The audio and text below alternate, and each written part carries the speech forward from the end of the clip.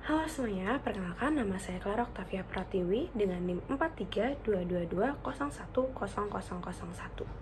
Halo semuanya, nama saya Herlangga Gilang Samudra dengan NIM 432220100002. Halo, perkenalkan nama saya Mega Rianti dengan NIM 432220100006.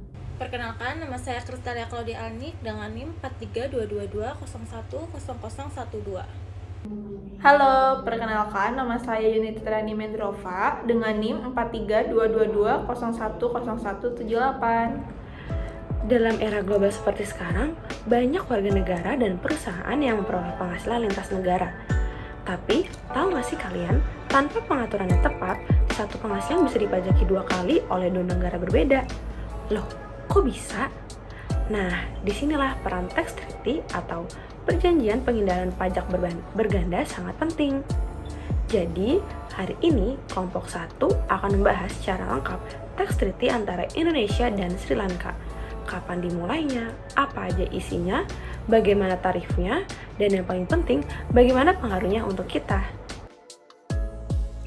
Kerjasama pajak antara Indonesia dan Sri Lanka secara resmi dimulai pada tanggal 3 Februari tahun 1993 saat kedua negara tersebut menandatangani perjanjian pajak bilateral di Kolombo.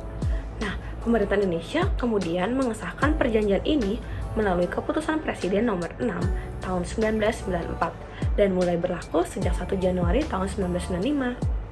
Sejak saat itu, perjanjian ini menjadi dasar penting dalam mengatur hak pemajakan atas penghasilan lintas negara antara kedua negara dan hingga kini belum mengalami perubahan atau amandemen.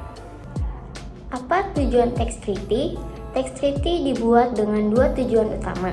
Pertama, untuk menghindari pengenaan pajak berganda atas penghasilan yang sama. Kedua, untuk mencegah penghindaran pajak internasional yang sering terjadi ketika wajib pajak bermain di antara celah hukum dua negara. Dengan tax treaty, Indonesia dan Sri Lanka menyepakati siapa yang punya hak untuk memakai jenis-jenis penghasilan tertentu dan berapa batas tarif maksimalnya. Perjanjian pajak antara Indonesia dan Sri Lanka ini terdiri dari 30 pasal. Tapi tenang, kita nggak perlu bahas satu persatu, yang penting kamu tahu garis besarnya, yaitu seperti ini. Pertama, perjanjian ini menjelaskan istilah-istilah penting yang dipakai, seperti apa yang dimaksud dengan penduduk, apa itu bentuk usaha tetap atau BUT, dan jenis-jenis penghasilan yang dikenai pajak. Kedua, perjanjian ini mengatur siapa yang boleh memungut pajak atas berbagai penghasilan, seperti dividen dari saham, bunga dari pinjaman, royalti atas hak cipta, hingga penghasilan dari pekerjaan. Ketiga, ada bagian yang membahas cara mencegah penghindaran pajak, misalnya dengan membagikan informasi antar kantor pajak Indonesia dan Sri Lanka apabila ada transaksi yang mencurigakan. Dan yang terakhir, perjanjian ini menyentuh soal penyelesaian sengketa, yaitu jika ada perbedaan pendapat antar negara, serta aturan agar wajib pajak asing tidak didiskriminasi atau diperlakukan lebih berat dibanding warga lokal. Selanjutnya, tax treaty juga membagi penghasilan berdasarkan hak pemajakannya, yang terbagi menjadi 2 kategori besar. Yang pertama ada shall be taxable only, artinya penghasilan hanya dikenakan pajak di negara domisili wajib pajak. Contohnya, penghasilan dari operasi kapal atau pesawat internasional, lalu penghasilan dari pekerjaan bebas seperti konsultan, arsitek, selama tidak punya kantor tetap di negara sumber. Dan yang kedua itu ada may be taxed, atau artinya penghasilan boleh dikenai pajak di negara sumber, walau tetap bisa dikenai juga di negara domisili.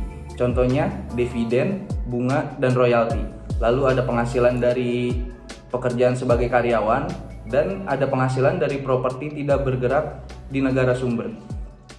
Namun ingat, meskipun dikenai pajak di 2 negara, sistem kredit pajak luar negeri akan menghindari pajak berganda.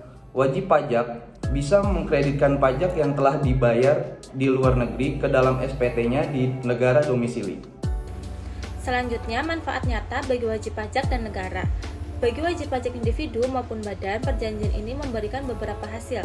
Yang pertama, kepastian hukum atas penghasilan lintas negara. Yang kedua, perlindungan dari pajak yang berlebihan. Yang ketiga, potensi pengembalian atau refund atas pajak yang dipotong melebihi tarif treaty. Jadi, bagi negara, perjanjian ini membantu mendorong investasi asing langsung, meningkatkan kepatuhan, serta memperkuat transparansi antar otoritas pajak melalui pertukaran data lintas negara. Hingga kini, Indonesia telah menjalin tax treaty dengan lebih dari 70 negara, termasuk Sri Lanka. Ini membuktikan komitmen kita dalam membangun sistem perpajakan global yang adil, efisien, dan mendukung pertumbuhan ekonomi. Jadi, bagi kamu yang punya penghasilan dari luar negeri atau bekerja di perusahaan multinasional, pahami tax treaty. Ini bukan sekedar aturan pajak, tapi bentuk perlindungan, keadilan, dan kerjasama antar bangsa.